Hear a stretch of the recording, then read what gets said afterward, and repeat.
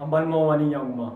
bi kibaruya min b'an bolo kala s'aw ma o de ye ko Labas Kane ni ale ye député ye an ka lasigidensoba la ni o bɛ wele ko Assemblée nationale ale kɔni ni tora sirabakan kasara dɔ la min kɛra alamisa tɛmɛnen ni o ye kunun ye ayiwa kunnafoni minnu sera an ma olu kɔni y'a jira k'a fɔ kɔni ko ni makɔfɔlen kɔni ale ni député wɛrɛw de kɔni tun bɛ ɲɔgɔn fɛ ni olu bɛ taa mɔgɔ 3 wɛrɛ la olu kɔni de tun bɛ mobili kɔnɔ u taatɔ Kulikoro u selen Tienfala fanfɛla kɔni na u ka mobili kɔni yɛlɛmana n'u ye a yirala k'a fɔ kɔni ko o sirabakan kasara in kɔni senfɛ Labas Kane ale kɔni ni tora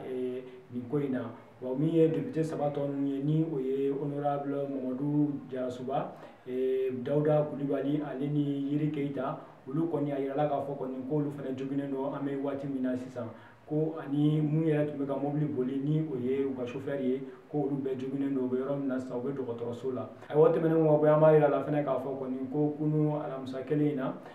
journaliste ni olu ye kunnafonidilaw ye olu kɔni ye wulikajɔ dɔ kɔni kɛ Bamakɔ kɔnɔna na kɛrɛnkɛrɛnnenya la maison de la presse ni o y'u ka dagayɔrɔba ye olu kɔni ye u ka nisɔngoya jira wale dɔw la minnu kɔni talen bɛ ka ɲɛsin Mali Actu ma ni o ye an yɛrɛ ka kunnafoni bulon ye ayiwa a yirala k'a fɔ kɔni ko ni makɔfɔlen ninnu ni olu ye collectif sauvons la presse ye olu kɔni y'a jira k'a fɔ kɔni ko olu nisɔngoyalen don kosɛbɛ ko k'a da kan ko Mali Actu baarakɛlaw kɔni tɛ ka se k'u ka baara kɛ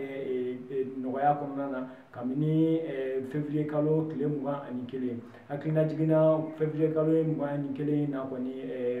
marifatigi dɔw nana an ka soba la yan ni olu tun ye polisiw ye nka u tun nana i n'a fɔ mɔgɔ gansanw ni ka an ka mɔgɔ 3 kɔni